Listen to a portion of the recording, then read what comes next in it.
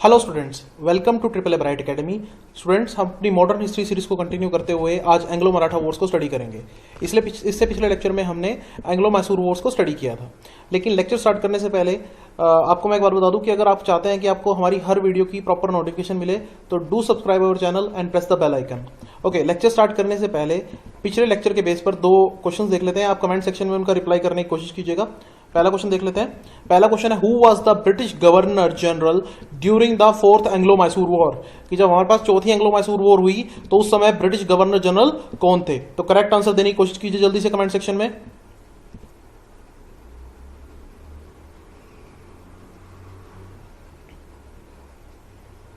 Okay, देख लेते हैं करेक्ट आंसर। करेक्ट आंसर है हमारे पास Lord Wellesley. Lord Wellesley is the governor general during the fourth Anglo Mysore war. Okay, next, where is the tomb of Tipu Sultan located. Tipu Sultan का tomb कहां पर लोकेटेड है? टीपू सुल्तान वो पर्सन है जिसने फोर्थ एंग्लो और थर्ड एंग्लो मैसूर वॉर को लड़ा था। तो आप जल्दी से कमेंट सेक्शन में कमेंट करने की कोशिश कीजिए।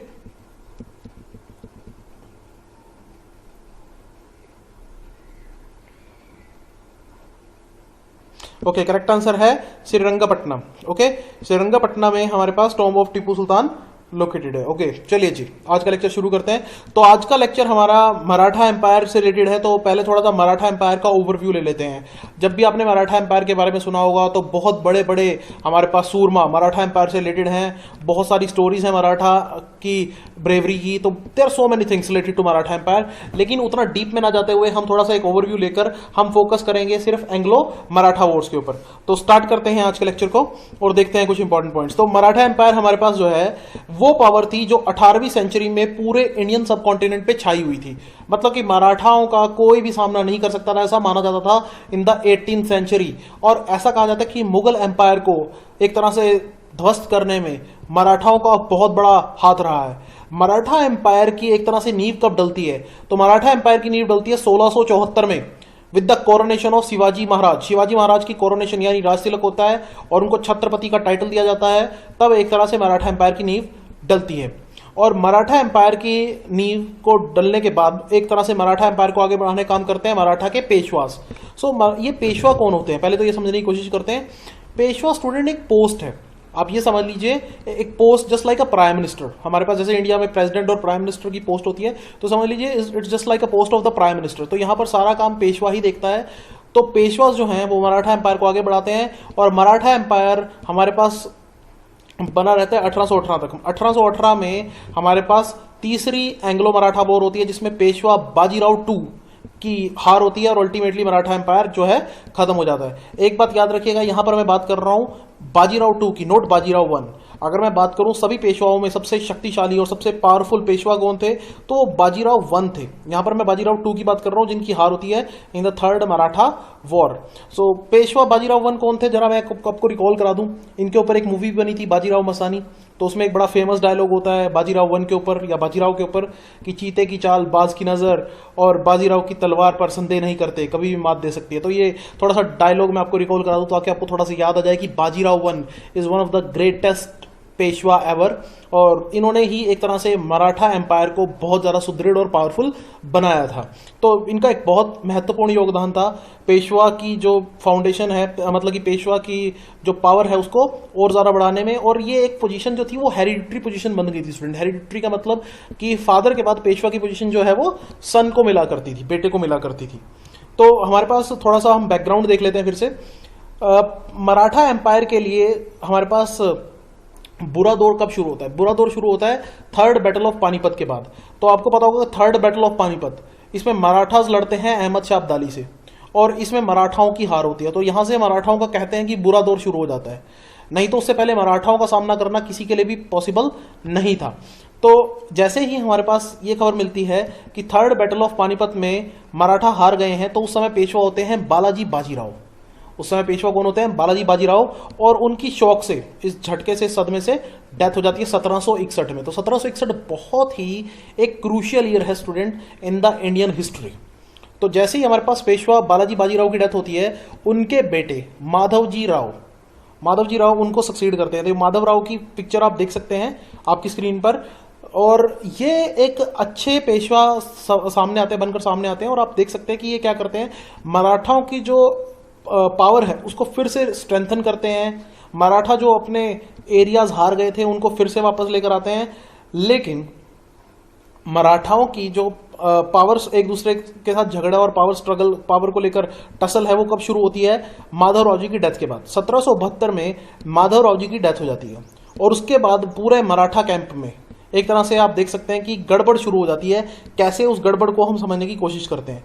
तो लेकिन उस पे जाने से पहले आपको मैं बताना चाहूंगा कि माधवराव जी ने एक बहुत इंपॉर्टेंट काम किया था जिससे मराठाओं को आगे चलकर बहुत ज़्यादा फायदा हुआ। उन्होंने क्या किया, मराठाओं को और ज़्यादा पावरफुल बनाने के लिए जितनी भी इंपॉर्टेंट फैमिलीज थी द मराठास, उनको अलग अलग एरियाज दे दिए संभालने के लिए और सेमी ऑटोनॉमी दे दी।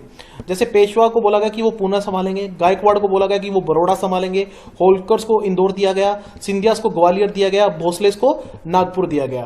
तो पेशवाज पुणे को संभाल रहे थे। अगर आपने मूवी देखी हो बाजीराव मस्तानी, तो उसमें आप याद करेंगे कि शनिवार वाड़ा नाम से एक किला हुआ करता है जो कि पुणे में होता है।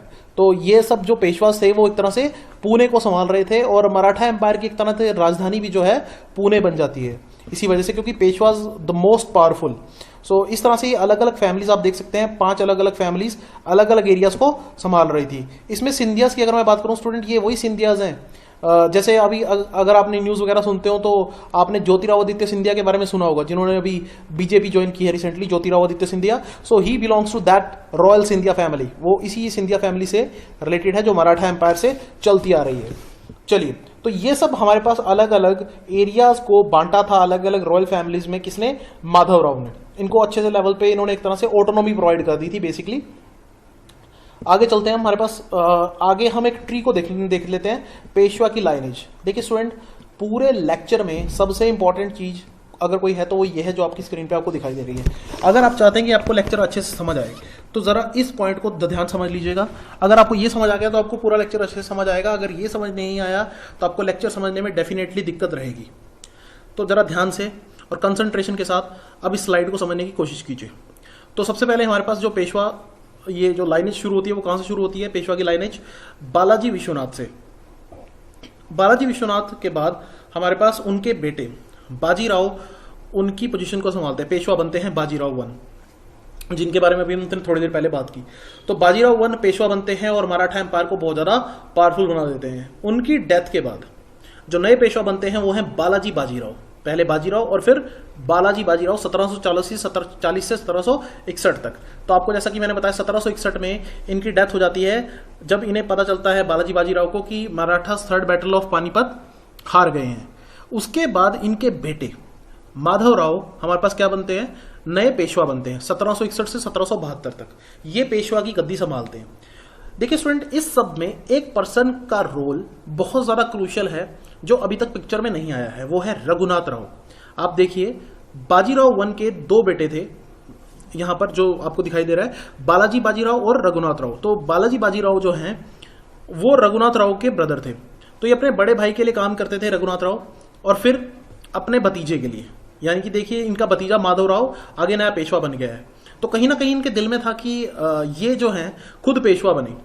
अब जब 1772 में माधवराव की डेथ होती है तो इनका पूरा मन होता है कि इनको पेशवा की गद्दी मिल जाए, लेकिन ऐसा पॉसिबल नहीं होता क्योंकि पेशवा कौन बनते हैं उसके बाद? नारायण राव। आप देख सकते हैं स्क्रीन पे, माधवराव के बाद नारायण राव नए पेशवा बन जाते हैं। अब रघुनाथ राव को तो ये बिल्कुल पसंद नहीं आता। इनको उम्मीद होती है कि माधवराव के बाद शायद इनको पेशवा की गद्दी मिल जाए। ये वही बात हो गई कि हाथ आया पर मुंह ला लगा। तो कहीं ना कहीं रघुनाथ राव के मन में ये बात होती है कि उन्हें पेशवा बनना ही बनना है।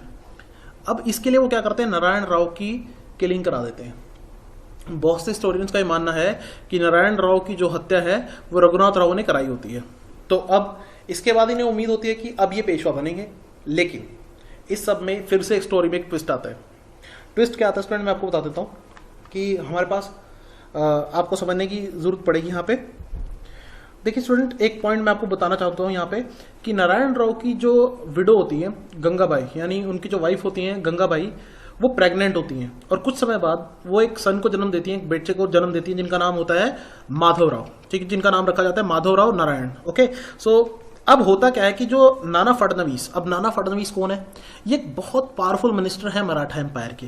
नाना फडणवीस क्या करते हैं? नाना फडणवीस एक ग्रुप बनाते हैं, 12 मराठा चीफ्स का एक ग्रुप बनाते हैं जिनको 12 भाई बोला जाता है, और वो डिक्लेयर कर देते हैं कि अब से माधव नारायण राव सॉरी, ये हमारे पास नए पेशवा होंगे। तो मतलब कि आप ये सोचिए कि रघुनाथ राव को कैसा लगेगा कि उनके भतीजे का बेटा पेशवा यहां पर बन गया है और उनको पेशवा नहीं बनाया गया। तो अब ये स्टोरी में बहुत बड़ा ट्विस्ट आता है। नारायण राव यहां पर जा चुके हैं और माधव राव पेशवा बन चुके हैं, लेकिन उस सब के बीच में भी बहुत उठापटक हुई है और आपको यहां पर रघुनाथ राव का रोल समझना पड़ेगा। तो ये मैंने आपको पेशवास की लाइनेज बताई कि पेशवा सबसे पहले कौन बनते हैं, बालाजी विश्वनाथ, फिर बाजीराव वन, फिर उसके बाद बालाजी बाजीराव, उसके बाद माधव राव, फिर नारायण राव एंड देन माधव नारायण राव। तो आपको ये लाइनें याद रखनी है। एट द एंड सबसे आखिर में जो पेशवा बनते हैं वो रघुनाथ राव के बेटे होते हैं बाजीराव टू। ये आप पिक्चर पे देख सकते हैं, स्क्रीन पे देख सकते हैं, बाजीराव टू 1796 से 1818 तक। तो ये स्टूडेंट्स आप लाइनें समझ लीजिए। अब आपको लेक्चर में पूरा डिटेल में समझाने की कोशिश करूंगा, लेकिन पहले आप एक लाइनें आपके लिए देखना जरूरी था। आपको पता होना चाहिए कैरेक्टर्स, आपको एक तरह से किरदार बताए गए हैं। अब मैं आपको स्टोरी सुनाऊंगा, पहले आपको किरदार बता दी गई, स्टोरी में कौन कौन किरदार है हमारे पास। ओके, तो स्टार्ट करते हैं अब यहाँ पर मेन लेक्चर को। तो फर्स्ट एंग्लो मराठा वॉर का कोर्स ऑफ वॉर देख लेते हैं। सो नारायण राव बिकेम द पेशवा। अब जैसा कि मैंने बताया कि नारायण राव पेशवा बनते हैं अपने ब्रदर की डेथ के बाद, ठीक है। माधव राव की डेथ हुई है और नारायण राव पेशवा बन गए, लेकिन Raghunath Rao wanted to become Peshwa. जैसा कि आपको मैंने बताया, उनके अंकल जो है रघुनाथ राव पेशवा बनना चाहते हैं, तो इसके लिए वो अंग्रेजों की हेल्प लेते हैं। अब ये देखिए, आप समझिए कि रघुनाथ राव ने मराठा एम्पायर को बर्बाद करना एक तरह से शुरू किया है, क्योंकि वो सारे मराठास के जो भी इंटरनल मैटर्स हैं उनके अंदर किसको लेकर आ रहे हैं, किसको इन्वॉल्व करा रहे हैं, इंग्लिश को, अंग्रेजों को इन्वॉल्व करा रहे हैं। तो ट्रीटी ऑफ सूरत कर लेते हैं रघुनाथ राव ट्रीटी ऑफ सूरत कर लेते हैं अंग्रेजों के साथ। कौन करता है ट्रीटी ऑफ सूरत? रघुनाथ राव। 1775 में 1775 में ट्रीटी ऑफ सूरत की जाती है रघुनाथ राव के द्वारा। हमारे पास इस ट्रीटी में क्या कहा जाता है कि जो रघुनाथ राव है वो सेल्सिटल और बेसिन के जो इलाके हैं वो अंग्रेजों को देगा, और बदले में अंग्रेज उसे अपने 2500 सोल्जर देंगे।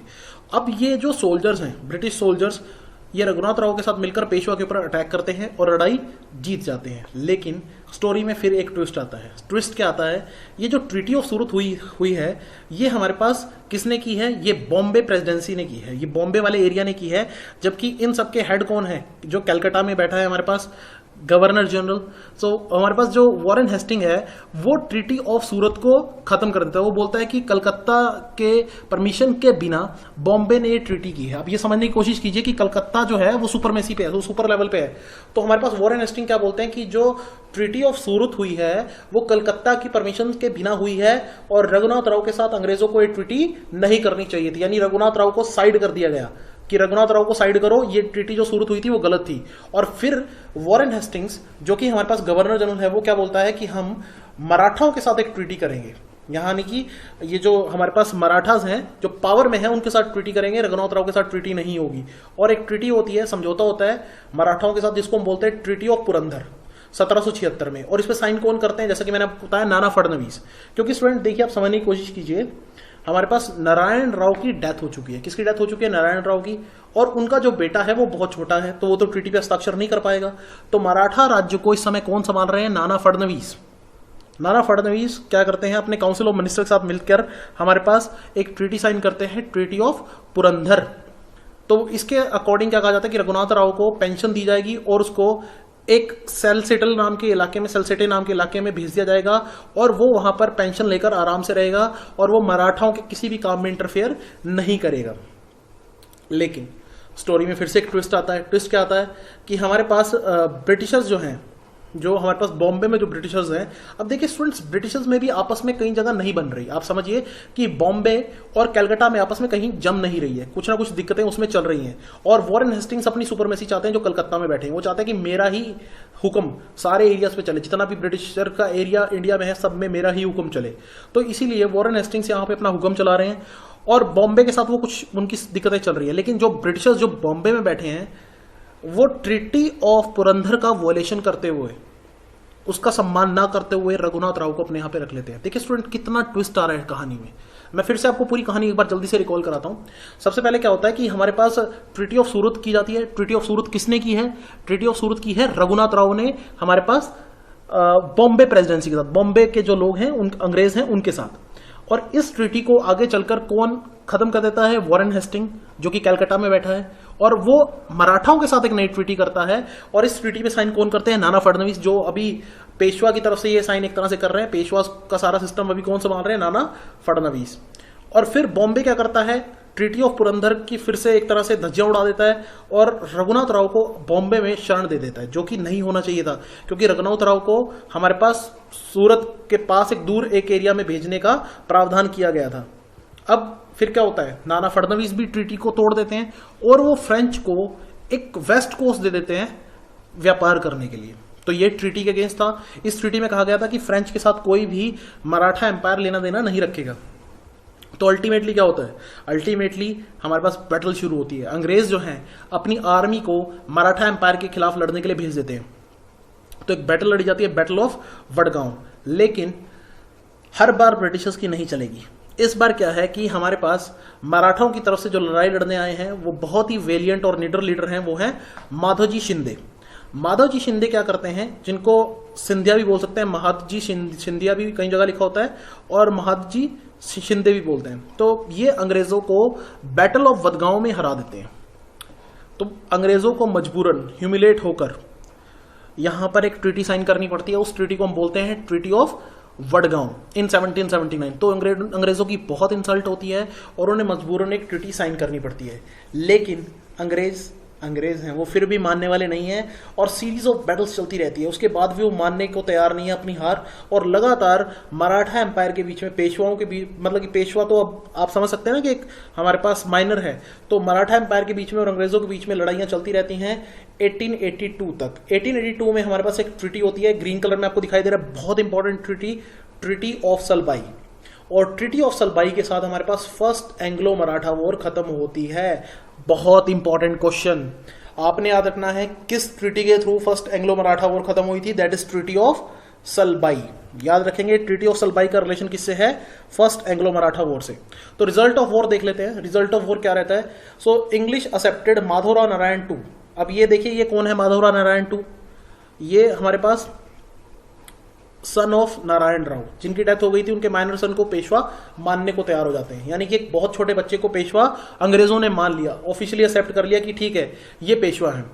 जो भी अंग्रेजों ने टेरिटरीज एक्वायर की थी आफ्टर ट्रीटी ऑफ पुरंदर के बाद, वो सब मराठास को वापस दे दी गई। तो एक्चुअली आप देख सकते हैं कि फर्स्ट एंग्लो मराठा वॉर में हमारे पास एक जो एज था, जो एडवांटेज थी, वो किसको रही? मराठाओं को एडवांटेज रही। तो फर्स्ट एंग्लो मराठा वॉर में आप टीम देख सकते हैं, मैंने एक पिक्चर के थ्रू टीम दिखाने की कोशिश की है। तो फर्स्ट एंग्लो मराठा वॉर में एक साइड रघुनाथ राव और ब्रिटिशर्स थे, और दूसरी तरफ थे नाना फडणवीस और मराठा चीफ, जो मराठा हमारे पास अलग अलग मराठा हेड थे, और जो इनके ग्रेट वॉरियर और लीडर थे वो थे महादजी शिंदिया और या माधवजी शिंदे। ओके, तो ये आप याद रखेंगे, that is the result of first Anglo Maratha war. Okay students, अब हम सेकंड एंग्लो मराठा वॉर को स्टडी करते हैं। देखिए, सेकंड एंग्लो मराठा वॉर का पहले तो आप बैकग्राउंड समझ लीजिए कि सेकंड एंग्लो मराठा वॉर क्यों होती है। उसका एक सबसे बड़ा रीजन बाजीराव टू का हमारे पास पेशवा बनना है। अब ये बाजीराव टू कौन है, पिक्चर में कैसे आता है, ये समझ लेते हैं। तो पिछले स्लाइड में हमने देखा था कि माधवराव नारायण टू, जो कि एक हमारे पास माइनर हैं, उनको पेशवा मान लिया जाता है। लेकिन कुछ समय बाद माधवराव नारायण टू सुसाइड कर लेते हैं, और इनके सुसाइड करने के बाद बाजीराव टू नए पेशवा बनते हैं। ये बाजीराव टू वही हैं, सन ऑफ रघुनाथ राव, वही रघुनाथ राव जिसने सारी प्रॉब्लम क्रिएट की थी अंग्रेजों के साथ मिलकर। तो जब ये पेशवा बनते हैं तो आपको समझना चाहिए कि जितने भी मराठा हमारे पास अलग अलग रूलर है, जैसे कि होलकर है, सिंधिया है, भोसले हैं, वो सब आपस में कहीं ना कहीं लड़ाई झगड़ा करना शुरू कर देंगे। तो एक ऐसा बैकग्राउंड तैयार होता है, और इसी सब में हमारे पास इस सब आग में घी डालने का काम क्या करता है? बाजीराव टू का एक डिसीजन। एक्चुअली बाजीराव टू हमारे पास यशवंतराव होलकर के ब्रदर का मर्डर कर देते हैं। अब ये यशवंतराव होलकर कौन है? ये होलकर जो हमारे पास होलकर्स है, उनका एक तरह से चीफ है। होलकर्स जो है उनका चीफ है यशवंतराव होलकर। तो एक आप समझ सकते हैं कि मराठा चीफ में से एक है, उसके ब्रदर का मर्डर कर देते हैं बाजीराव टू। तो बदले में अब क्या होगा? यशवंतराव होलकर कहीं ना कहीं अटैक करेगा, और ऐसा ही हमारे पास देखने को मिलता है। अब ये पिक्चर देख सकते हैं यशवंतराव होलकर की, बड़े ही ब्रेव हमारे पास पर्सन होते हैं। तो यशवंतराव होलकर क्या करते हैं? अटैक कर देते हैं हमारे पास पुणे के ऊपर, और बैटल ऑफ पूना लड़ी जाती है। तो पूना आपको पता है कि पेशवा की राजधानी, तो एक बैटल लड़ी जाती है, बैटल ऑफ पूना इन 1802। यहां पर क्या होता है कि जो हमारे पास होलकर है वो पेशवा और सिंधिया की जॉइंट फोर्सेस को हरा देते हैं, और इसके बाद बाजीराव टू यहां से भागते हुए अपना साम्राज्य छोड़कर, ऑब्वियसली इन्हें भागना पड़ेगा, हार चुके हैं, तो हमारे पास पुणे को छोड़कर भागते हुए अंग्रेजों के पास पहुंच जाते हैं और उनके साथ एक ट्रीटी कर लेते हैं, ट्रीटी ऑफ बेसीन। अब ये याद रखेंगे, बहुत इंपॉर्टेंट ट्रीटी है। इस ट्रीटी के तहत वो मान लेते हैं कि अंग्रेज उनके सब्सिडरी हैं, उनके साथी हैं, सब्सिडरी अलायंस पे साइन कर लेते हैं और ये भी मानने को तैयार हो जाते हैं कि अंग्रेजी ट्रूप, जो अंग्रेजी सैनिक हैं, वो हमेशा पुणे में तैनात रहेंगे और इनका खर्चा कौन उठाएगा? खुद बाजीराव टू यानी पेशवा। यानी पेशवा जो हैं वो अब अंग्रेजी सैनिकों को खर्चा उठाएंगे और अंग्रेजी सैनिक हमेशा पुणे में तैनात रहेंगे और उनके जो भी सब्सिडरीज हैं उनके साथ भी जो रिलेशंस हैं अब वो कौन कंट्रोल करेंगे? ब्रिटिशर्स कंट्रोल करेंगे। तो ब्रिटिशर्स एक तरह से सुपरमैसी मिल चुकी है। ओके, तो ये सब मानने को तैयार नहीं होता कौन? सिंधियाज, भोसले एंड होलकर्स। ये सब मानने को तैयार नहीं होते कि हम ऐसा कुछ भी नहीं मानेंगे, जो ट्रीटी ऑफ बेसीन में बात की गई है वो हम नहीं मानेंगे। तो अल्टीमेटली इसका रिजल्ट क्या होता है? Second Anglo Maratha war. और इसका रिजल्ट क्या होता है? देखिए, मराठास को हरा देते हैं ब्रिटिशर्स। जितने भी हमारे पास मराठा चीफ हैं, जैसे सिंधियास के जो चीफ हैं, भोसलेस के जो चीफ हैं, होलकर्स हैं, तो इन सबको हरा दिया जाता है और इनके साथ अलग अलग समझौते साइन किए जाते हैं। तो आप स्क्रीन पे देख सकते हैं, जैसे सिंधियास के साथ जो समझौता होता है दैट इज ट्रीटी ऑफ सुरजी, जिसके तहत जो गंगा यमुना दोआब के एरिया हैं, दिल्ली आगरा के एरिया हैं, वो ब्रिटिशर्स कब्जे में ले लेते हैं।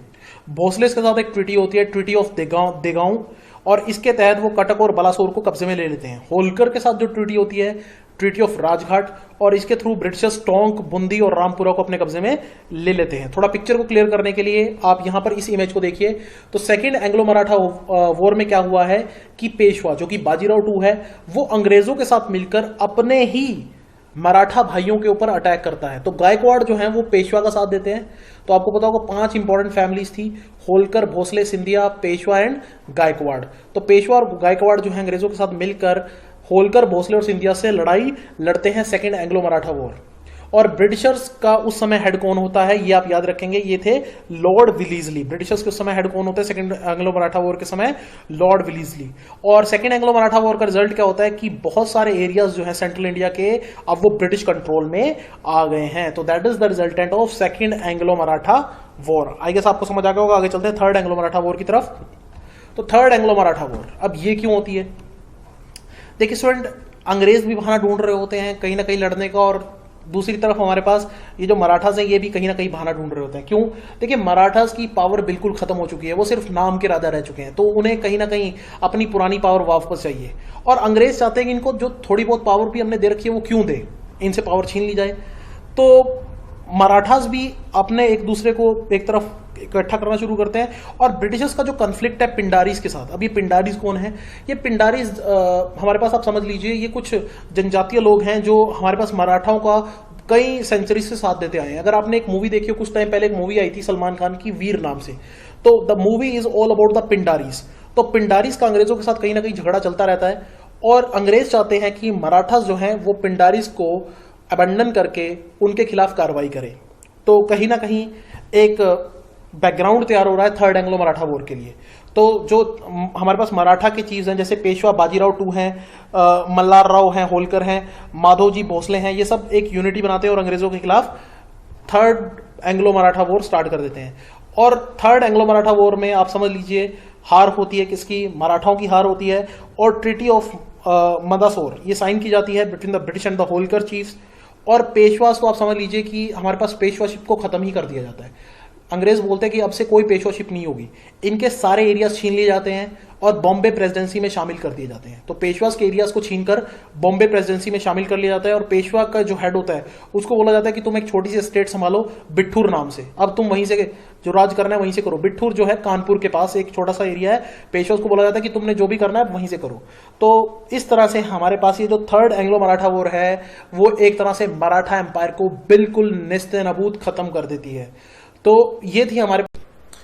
ओके स्टूडेंट्स, अब हम economic policies and land revenue system of the Britishers discuss कर लेते हैं कि कैसे ब्रिटिशर्स की बनाई हुई पॉलिसीज जो हैं इंडियन इकोनॉमी को बर्बाद कर देती है और इंडियन फार्मर्स को बिल्कुल कंगाली के कगार पे ले आती हैं। तो वो सब समझने की हम कोशिश करते हैं। तो देख लेते हैं यहाँ पे सारे इंपॉर्टेंट पॉइंट्स। तो देखिए, जब ब्रिटिशर्स भारत में आते हैं तो उनके लिए हर चीज़ इतनी भी आसान नहीं थी कि जैसा दिखाई देता है। स्टार्टिंग में सब कुछ उनके लिए कोई स्मूथ रोड नहीं था। सबसे पहले जब वो भारत में आते हैं, इंपॉर्टेंट चीज़ क्या है कि वो एज अ ट्रेडर आए हैं और इंडियन जो मार्केट है उसमें ब्रिटिश गुड्स की डिमांड निग्लिजिबल है, कोई डिमांड ही नहीं है ब्रिटिश गुड्स की। इंडियंस अपने ही सामान के ऊपर निर्भर हैं, उन्हें फॉरेन से कोई गुड्स नहीं चाहिए। तो यहां पर एक डिमांड क्रिएट करनी है, सबसे पहली तो बात यह है। दूसरी इंपॉर्टेंट बात, ब्रिटिश गवर्नमेंट ने एक बहुत ही बड़ा डिसीजन लिया है जिसकी वजह से पूरा फ्यूचर इंडिया और पूरे सिस्टम, पूरे वर्ल्ड का जो इंपैक्ट होने जा रहा है वो क्या, कि ब्रिटिश गवर्नमेंट ने एक डिसीजन लिया कि जब भी आप इंडिया से कोई चीज खरीदेंगे उसके लिए जो पेमेंट होगी गोल्ड और सिल्वर में, वो इंग्लैंड से नहीं जाएगी, आपको वहीं से गोल्ड और सिल्वर मैनेज करके वहीं पे पेमेंट करनी है। इंग्लैंड से कोई गोल्ड और सिल्वर की पेमेंट नहीं की जाएगी। सो that is one of the main obstacle for the east India company. East India company के लिए भी एक बहुत बड़ी समस्या यहां पर थी। ईस्ट इंडिया कंपनी को बहुत सारा कैश चाहिए था अपनी आर्मी में मेंटेन करने के लिए और दूसरे इश्यूज को टैकल करने के लिए। तो ईस्ट इंडिया कंपनी इसका क्या सोल्यूशन निकालती है, इंग्लिश ईस्ट इंडिया कंपनी, वो देख लेते हैं। तो पहली बात तो ईस्ट इंडिया कंपनी समझ आती है कि उसे इंडिया से ही रेवेन्यू कलेक्ट करना पड़ेगा, start collecting revenue from India. उसके बाद जो रेवेन्यू कलेक्शन से जो पैसा आएगा उससे वो इंडिया से ही रॉ मटेरियल खरीदेंगे, भारत से ही रॉ मटेरियल खरीदेंगे, और इस रॉ मटेरियल को खरीदने के बाद कहां पर भेजा जाएगा, इंग्लैंड भेजा जाएगा।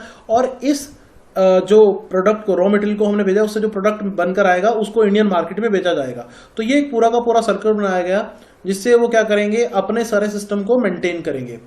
अब देखिए, इंडिया में उन्होंने रेवेन्यू सिस्टम को इंप्लीमेंट करना है, लेकिन जो पिछला रेवेन्यू सिस्टम चलता आ रहा है मुगलों के टाइम से, वो बहुत ही कॉम्प्लेक्स है, ब्रिटिशर्स उसको नहीं समझ सकते। तो लॉर्ड कॉर्नवालिस क्या कर सकते हैं कि अगर नया सिस्टम लागू भी करें तो अगर हम अपनी लेवल पर कोई सिस्टम लागू करेंगे तो फार्मर्स के लिए समझना मुश्किल होगा। तो वो क्या सोचते हैं कि मिडिल मैन को क्यों ना हम बीच में रखें, हम जमींदार को, जागीरदार को या लंबड़दार को एक मिडिलमैन के रूप में बीच में नियुक्त करते हैं, और ये जो पर्सन है वो हमारे बिहाफ पे टैक्स कलेक्ट करेगा from the farmers. So that is the approach of Lord Cornwallis कि हम एक मिडिलमैन के थ्रू पूरा का पूरा टैक्स कलेक्शन का काम भारत में जारी करेंगे। ओके, अब देखिए, इसके बाद कई सारे सिस्टम भारत में लागू किए जाते हैं टैक्स कलेक्शन को लेकर, लेकिन तीन सबसे इंपॉर्टेंट सिस्टम है, वो है permanent settlement system, that is first one is permanent settlement system, दूसरा है रॉयतवाड़ी सिस्टम, और तीसरा है महलवाड़ी सिस्टम। आज के लेक्चर में हम इन्हीं तीनों सिस्टम्स के बारे में बात करेंगे। लेकिन इस टैक्स कलेक्शन के मैकेनिज्म की वजह से क्या होता है, इंडियन इकोनॉमी बर्बाद हो जाती है, इंडियन फार्मर भी बर्बाद हो जाते हैं। ऐसा कहा जाता है कि एक टाइम पीरियड ऐसा था कि वर्ल्ड इकोनॉमी में 1/4 जो कॉन्ट्रीब्यूशन था, 1/4 कॉन्ट्रीब्यूशन जो था, वो इंडियन इकोनॉमी का हुआ करता था in the whole world economy. लेकिन अंग्रेज जो है पूरी इकोनॉमी को, पूरे सिस्टम को बर्बाद कर देते हैं। अब देखिए, इस सबको हम क्या बोलते हैं, ड्रेन ऑफ वेल्थ। जो पैसा इंडिया से इंग्लैंड जा रहा है, that is known to be drain of wealth. Drain of wealth पर बहुत सारी बुक्स और बहुत सारे थीसिस लिखे गए हैं, लेकिन दो बुक्स के ऊपर मैं आपका स्पेशल फोकस यहां पे कराना चाहता हूं। एक सबसे इंपॉर्टेंट बुक है poverty and un British rule in India. ये बुक लिखी थी दादा भाई नौरोजी ने। दादा भाई नौरोजी की इस बुक को लेकर बहुत से एग्जाम में बहुत बार क्वेश्चन आया है। दादा भाई Naoroji is also known as Grand Old Man of India and first person from India to be appointed in the British Parliament. ये आप याद रखेंगे, first person from India appointed in the British Parliament and also known as Grand Old Man of India। और इनकी book का नाम क्या है, Poverty and Un-British Rule in India। दूसरी बुक हमारे पास है, बुक का नाम है the economic history of India in Victorian age. The economic history of India in Victorian age, ये बुक लिखी है हमारे पास रमेश चंद्र दत्त ने, जिनको आरसी दत्त के नाम से भी ज्यादा जाना जाता है। और इन्होंने क्या बताया है कि भारत में कैसे इंडियन इंडस्ट्री को अंग्रेजों ने बर्बाद किया, डी इंडस्ट्रियलाइज किया इंडिया को, और डी इंडस्ट्रियलाइज करने के बाद जो हमारे पास थोड़ा बहुत इंडियन मार्केट बची थी उसको भी इन्होंने बर्बाद करने में कोई कसर नहीं छोड़ी। सो आरसी दत्त एक्चुअली एक सिविल सर्वेंट थे जिन्होंने ये 19th सेंचुरी में बहुत इंपॉर्टेंट बुक लिखी थी। तो अगर आपसे पेपर में क्वेश्चन पूछ लिया जाए the economic history of India in Victorian age किसने लिखी है, तो आप याद रखेंगे आरसी दत्त। और ये दोनों books basically drain of wealth के बारे में बात करती हैं। अब हम स्टार्ट करते हैं अपना पहला इंपॉर्टेंट सिस्टम। हमारा पहला इंपॉर्टेंट सिस्टम जो हमने आज स्टडी करना है वो है परमानेंट सेटलमेंट सिस्टम। सो परमानेंट सेटलमेंट सिस्टम की जब मैं बात करता हूं स्टूडेंट, तो इसको इंडिया में इंट्रोड्यूस किसने किया था, गवर्नर जनरल लॉर्ड कॉर्नवालिस ने। किसने इंट्रोड्यूस किया था, गवर्नर जनरल लॉर्ड कॉर्नवालिस ने। और स्टार्टिंग में जो सिस्टम है टेम्परेरी पीरियड के लिए चलाया गया, बाद में 10 सालों के लिए इसको स्टार्टिंग में टेम्परेरी 10 सालों के लिए इसको चलाने की बात की गई, बाद में इसको परमानेंट सिस्टम के रूप में 1793 में इंट्रोड्यूस कर दिया गया। तो आपको याद रखना है कि सिस्टम इंट्रोड्यूस किया था लॉर्ड कॉर्नवालिस ने। कहां पे इंट्रोड्यूस किया गया था, Bengal, Bihar, Orissa, Banaras and northern Karnataka. Bengal, Bihar, Orissa, and northern Karnataka. ये आप याद रखेंगे, इंपॉर्टेंट पॉइंट्स हमारे पास बन जाते हैं। ओके, सो इस सिस्टम में होता क्या था वो समझने की कोशिश कीजिए। परमानेंट सेटलमेंट सिस्टम में हमारे पास एक जमींदार को अपॉइंट किया जाएगा ब्रिटिश गवर्नमेंट के द्वारा, और ये जमींदार क्या करेगा, आम इंडियन किसानों से, जो किसान हैं इंडिया से, उनसे इंडिया के अंदर अलग अलग एरियाज में उनसे टैक्स कलेक्ट करेंगे। सो जमींदार is a local tax collector basically. और जमींदार को इस सब में क्या फायदा होगा, जमींदार कमीशन उनको मिलेगा, जो भी टैक्स कलेक्ट करेंगे उसका कमीशन जमींदार को मिलेगा, जो कि होगा 1/9 या फिर 1/10 of the total revenue collected. जो भी उन्होंने टैक्स कलेक्ट किया है उसका 1/9 हिस्सा या 1/10 हिस्सा वो अपने पास रख सकते हैं, जो ब्रिटिश गवर्नमेंट डिसाइड करेगी। दूसरी इंपॉर्टेंट बात क्या है कि हमारे पास जमींदार को यह अधिकार दिया गया कि वो टैक्स खुद डिसाइड करेगा अपने एरिया में, जो भी उसका एरिया उसे अलॉट किया गया है उसके अंदर टैक्स क्या रखना है, जमींदार को डिसाइड करने की पावर दी गई। और जमींदार को यह भी पावर दी गई कि अगर कोई पीजेंट, कोई फार्मर टैक्स नहीं भरता तो आप उसकी जमीन को अपने कब्जे में ले सकते हैं। तो यह भी एक बहुत बड़ी बात थी जमींदारी सिस्टम की। तो यहां पर जमींदारी सिस्टम में बेसिकली क्या हुआ कि किसान जो है अपनी ही जमीन पर एक तरह से क्या बन गए, टीनेंट बन गए, किराएदार बन गए। कैसे किराएदार बन गए, क्योंकि देखिए स्टूडेंट समझने की कोशिश कीजिए कि अगर एक फार्मर ने टैक्स नहीं भरा तो जो उसका पूरा लैंड है वो किसके पास चला जाएगा, वो चला जाएगा हमारे पास, हाँ जी, किसके पास, जमींदार के पास। तो अल्टीमेटली यहां पर आप किराएदार की तरह ही काम कर रहे हैं। यहां पर जो जमींदार के राइट थे वो, उनमें कुछ इंपॉर्टेंट पॉइंट्स हम देख लेते हैं। देखिए पहली बात तो जो जमींदारी राइट थे वो एलिनेबल थे। एलिनेबल का मतलब कि अंग्रेजी हुकूमत जब भी चाहे वो किसी भी जमींदार को उसकी पोजीशन से हटाकर किसी दूसरे जमींदार को उसकी जगह पे अपॉइंट कर सकती है। ब्रिटिश गवर्नमेंट के पास ये फुल फ्लेज पावर थी कि किसी भी जमींदार को कभी भी हटाया जा सकता है, उसकी जगह नया जमींदार इंट्रोड्यूस किया जा सकता है, अगर एक जमींदार टैक्स कलेक्शन के टारगेट को अच्छे से पूरा नहीं कर पा रहा। अगर एक जमींदार अपने टैक्स कलेक्शन के टारगेट को पूरा नहीं कर पा रहा तो उसकी जगह हमारे पास नया जमींदार हम अपॉइंट कर सकते हैं। ये ब्रिटिशर्स ने सबको बताया। ओके, दूसरी बात ब्रिटिशर्स ने क्या कही कि अगर वो चाहें तो हमारे पास जमींदार को एक और पावर वो अलॉट कर रहे हैं। तो वो क्या कि जमींदार अपने अंडर कुछ स्मॉल जमींदार्स को रख सकता है टैक्स कलेक्शन के लिए। जैसा कि आपको बताना चाहूंगा कि मैं एक जमींदार है, लेट से एक्स जमींदार है, वो अपने अंडर 10 छोटे जमींदारों को रख सकता है, वो जो उसके बिहाफ पे टैक्स कलेक्शन का काम करेंगे। और इसके अलावा ये जो जमींदारी का जो सिस्टम था ये हेरिटेबल था। हेरिटेबल का मतलब अगर जमींदार की डेथ हो जाती है तो उसका जो बेटा है या भाई है वो उसकी जगह ले लेगा। तो ये सब सिस्टम हमारे पास चल रहा था, जमींदारी सिस्टम। तो जमींदारी सिस्टम में बहुत सारे इश्यूज थे। फार्मर की बहुत बुरी हालत हो गई क्योंकि जमींदार क्या करते थे, अब वो चाहेंगे उन्हें कमीशन ज्यादा मिले तो इसके लिए वो टैक्स का रेट मैक्सिमम टू मैक्सिमम रखेंगे। और फार्मर की हालत बहुत ज्यादा खराब हो गई और इसकी वजह से बहुत सारे विद्रोह भी हमें देखने को मिले throughout the India. Farmers ने बहुत सारे रिवोल्ट किए against the zamindar and the English. तो ये सब आप याद रखेंगे। That is all about the permanent settlement system, और या फिर हम इसको क्या बोल देते हैं, जमींदारी सिस्टम। तो परमानेंट सेटलमेंट सिस्टम और zamindari system one and the same thing. दूसरा सिस्टम हमारे पास आ जाता है स्टूडेंट रोयतवारी सिस्टम। अब रोयत का मतलब ही क्या होता है स्टूडेंट, फार्मर। रोयत वर्ड का मतलब ही क्या होता है, फार्मर। ये जो हमारे पास लैंड रेवेन्यू सिस्टम था, रोयतवारी सिस्टम था, ये हमारे पास इंट्रोड्यूस किया था सर थॉमस मुनरो ने। सबसे पहले थॉमस मुनरो जो कि गवर्नर थे मद्रास के, तो उन्होंने सिस्टम इंट्रोड्यूस किया था कहां पर, मद्रास, बॉम्बे एंड असम। अब आपके दिमाग में क्वेश्चन आना चाहिए कि जब हमारे पास परमानेंट सेटलमेंट सिस्टम चल ही रहा था तो रोयतवारी सिस्टम क्यों आया। देखिए इसके दो रीजन है। पहला रीजन तो ये कि अंग्रेज इनोवेशन करते थे, नए नए तरीके लेकर आते थे। और दूसरा बड़ा रीजन क्या था कि हमारे पास अगर हम परमानेंट सेटलमेंट सिस्टम की बात करें तो परमानेंट सेटलमेंट सिस्टम हमने कहां इंट्रोड्यूस किया था, बंगाल, बिहार, उड़ीसा। यहां पर पहले से जमींदार हुआ करते थे, फ्यूडल लॉर्ड्स हुआ करते थे। फ्यूडल लॉर्ड्स का मतलब जो हमारे पास टैक्स कलेक्शन का काम करेंगे। लेकिन मद्रास, बॉम्बे, असम में ऐसा कुछ नहीं था, जमींदारी सिस्टम वहां पर नहीं चल रहा था। तो इसी वजह से वहां पर रोयतवारी सिस्टम को इंट्रोड्यूस करना एक ऑप्शन बना, किसके लिए, अंग्रेजों के लिए। तो यहां पर होता क्या था रोयतवारी सिस्टम में, आप देखिए रोयतवारी सिस्टम में हमारे पास अंग्रेजी हुकूमत, गवर्नमेंट जो है, ब्रिटिश गवर्नमेंट, वो डायरेक्ट टैक्स कलेक्ट करेगी फ्रॉम द फार्मर्स। जैसा कि अगर हम बात करें परमानेंट सेटलमेंट सिस्टम में जमींदार काम कर रहे थे, लेकिन यहां पर गवर्नमेंट फार्मर से डायरेक्ट टैक्स कलेक्ट करेगी। अब इसमें एक बड़ी खतरनाक चीज है, आपको लगेगा ये सिस्टम में भी जमींदारी सिस्टम से अच्छा हो, लेकिन ये सिस्टम उससे भी ज्यादा खतरनाक है। क्यों, मैं समझाने की कोशिश करता हूं। यहां पर क्या होता था स्टूडेंट, लॉन्ग पीरियड के लिए टैक्स फिक्स कर दिया जाता था, लेट्स से 30 इयर्स। 30 साल के लिए टैक्स फिक्स कर दिया गया।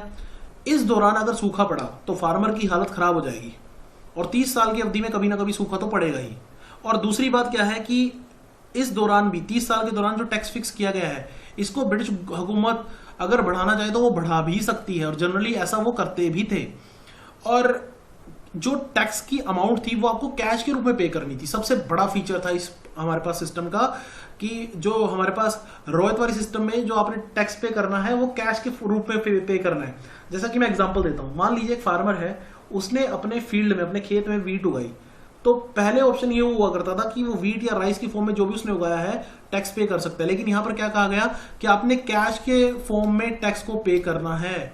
इससे स्टूडेंट क्या हुआ, फार्मर के ऊपर प्रेशर बना कि वो कैश क्रॉप्स उगाए। अब ये कैश क्रॉप्स क्या होती थी? कैश क्रॉप्स यानी कि जैसे कि अगर हम बात करें कॉटन है और लेट से शुगर केन है या फिर हमारे पास चाय है, तो ये सब क्या है, हमारे पास इंडिगो है, कैश क्रॉप्स। ये कैश क्रॉप्स हैं। और कैश क्रॉप्स के लिए आपको स्टार्टिंग में ज्यादा पैसा चाहिए होता है। अगर आप इस क्रॉप को उगाना चाहते हैं तो आपको ज्यादा पैसा चाहिए होता है। तो इसीलिए फार्मर्स को साहूकारों का मतलब जिसको इंग्लिश में बोलते हैं मनी लेंडर्स, उनसे पैसा उधारी पर लेना पड़ता था, जहां पर रेट ऑफ इंटरेस्ट बहुत ज्यादा था। अगर फार्मर ने एक बार यहां पर कर्जा ले लिया इन मनी लेंडर्स से, इन साहूकारों से, तो वो उनके जाल में फंस गए। क्योंकि ये मनी लेंडर्स क्या करेंगे, उनसे चक्रवर्ती ब्याज लेंगे, जिसको हम इंग्लिश में बोलते हैं कंपाउंडेड रेट ऑफ इंटरेस्ट, और वो उनके जाल से कभी फिर छूटने वाले नहीं है। तो जहां फार्मर ने एक बार लोन लिया तो वो उनके जाल में फंस गया। So that is one of the biggest drawback of Ryotwari system. तो रोयतवारी सिस्टम की एक बहुत बड़ी ड्रॉबैक थी, लेकिन रोयतवारी सिस्टम ने भारत में एक नया सिनेरियो क्रिएट किया कि भारत में किसानों को मजबूर होकर कैश क्रॉप्स के ऊपर फोकस करना पड़ा। और इसी का एग्जाम्पल आप यहां पर पिक्चर में देख सकते हैं कि ये जो लिप्टन, जो आज की डेट में एक बड़ा ब्रांड बन चुका है चाय को लेकर, तो उसके बॉक्सेस कैसे आप देख सकते हैं लोड किए जा रहे हैं एलिफेंट के ऊपर। ये हमारे पास लोड करने के बाद इनको एक्सपोर्ट कर दिया जाएगा टुवर्ड्स इंग्लैंड। तो इस तरह से कुछ मैकेनिज्म हमारे पास बन गया। ओके, सो लास्ट सिस्टम देख लेते हैं, महलवाड़ी सिस्टम। महलवाड़ी सिस्टम को स्टूडेंट इंट्रोड्यूस किया गया 1833 में। कहां पर? नॉर्थ वेस्ट फ्रंटियर में, आगरा में, सेंट्रल प्रोविंस में, गंगेटिक वैली और पंजाब में। तो यहां पर महलवाड़ी सिस्टम में क्या होता था स्टूडेंट, ये समझिए। यहां पर जो गांव का सरदार है, जो गांव का मुखिया है, उसको नियुक्त किया जाएगा, या लंबड़दार को आप कह सकते हैं नियुक्त किया जाएगा टैक्स कलेक्शन के लिए। सो यहां पर एरियाज को, लैंड को, जमीन को महल्स के रूप में बांट दिया जाएगा, और एक महल के अंदर कई सारे गांव हो सकते हैं। तो बेसिकली ये जमींदारी सिस्टम का ही एक मॉडिफाइड वर्जन है। आप समझिए, जमींदारी सिस्टम को ही कहीं ना कहीं मॉडिफाई किया गया है। जमींदारी सिस्टम में या परमानेंट सेटलमेंट सिस्टम में क्या होता था कि हमारे पास जमींदार टैक्स कलेक्शन का काम करेगा। यहां पर कलेक्शन का काम कौन कर रहा है? विलेज का मुखिया, लेकिन उसको जमींदार की तरह ज्यादा कोई कमीशन नहीं मिल रहा जैसा कि जमींदार को मिला करता था। सो that is the advantage for the Britishers कि उनको ज्यादा कमीशन नहीं देना पड़ रहा इन द महलवाड़ी सिस्टम। तो महलवाड़ी सिस्टम में भी अंग्रेजों के लिए टैक्स कलेक्ट कोई और कर रहा है उनके बिहाफ पे, लेकिन वो ज्यादा कमीशन पे नहीं कर रहे। तो ये जो सिस्टम थे ये कहां इंट्रोड्यूस किए गए थे, आप फिर से याद रखेंगे, north west frontier, Agra, central province, Gangetic valley, Punjab. Okay, तो कॉन्सिक्वेंसेज इसके क्या हुए, कॉन्सिक्वेंसेज देख लेते हैं एक बार। कॉन्सिक्वेंसेज जो यहां पर देखने को मिले, देखिए स्टूडेंट, इस सबका कॉन्सिक्वेंसेज क्या हुए कि लैंड जो है वो एक कमोडिटी के रूप में हमारे पास दिखाई देने लगा। लैंड एक कमोडिटी बन गया, और ब्रिटिशर्स ने बहुत सारे हाई टैक्सेस रखे थे, जिसकी वजह से भारत में कैश क्रॉप्स उगाने का सिस्टम शुरू हुआ। और इसका असर कब देखने को मिलता था? जब भारत में सूखा पड़ता था। तो जब सूखा पड़ता था लोगों के पास फूड होता ही नहीं था, क्योंकि सबने कैश क्रॉप्स के ऊपर फोकस किया हुआ था। इसकी वजह से भारत में हजारों लाखों लोगों की जाने गई ड्यूरिंग द वेरियस फेमाइन्स। भारत में बॉन्डेड लेबर जिसको हिंदी में बोलते हैं बंधुआ मजदूर, उसका कंसेप्ट एक देखने को मिला। क्योंकि यहां पर क्या होता था कि जो फार्मर थे या लेबरर थे, वो जो उन्होंने कर्जा लिया है उसको पे बैक नहीं कर पाते थे, उसको रिटर्न नहीं कर पाते थे ब्रिटिशर्स की पॉलिसीज की वजह से। तो अल्टीमेटली उनको मजदूरी करनी पड़ती थी सारी जिंदगी किसी दूसरे पर्सन के पास। तो बॉन्डेड लेबर का कंसेप्ट जो है वो देखने को मिला। और आपको मैं एक इंटरेस्टिंग पॉइंट बताना चाहूंगा जो सुनकर शायद आपको हैरानी होगी। जब भारत को आजादी मिली तो 7% जमींदार जो लोग थे, लैंड लॉर्ड थे, उनके पास भारत का 75% एग्रीकल्चर लैंड था। तो यानी कि 7% लोगों के पास 75% एग्रीकल्चर लैंड। तो आप देख सकते हैं कि ब्रिटिशर्स की पॉलिसीज कितनी खतरनाक रही होंगी। तो उन्होंने ना सिर्फ इंडियन एग्रीकल्चर को, इंडियन इकोनॉमी को बिल्कुल बर्बाद करके रख दिया। तो आप याद रखेंगे 3 सिस्टम्स जो ब्रिटिशर्स के द्वारा इंपॉर्टेंट थे, लागू किए गए थे भारत में, परमानेंट सेटलमेंट सिस्टम, रोहितवाड़ी सिस्टम और महलवाड़ी सिस्टम। आप ये तीनों सिस्टम याद रखेंगे। ओके स्टूडेंट्स, आशा करता हूं आपको सब अच्छे समझ आया होगा। अगर आप चाहते हैं कि आप हमसे जुड़े रहें तो do subscribe our channel and press the bell icon. Thank you, have a nice day.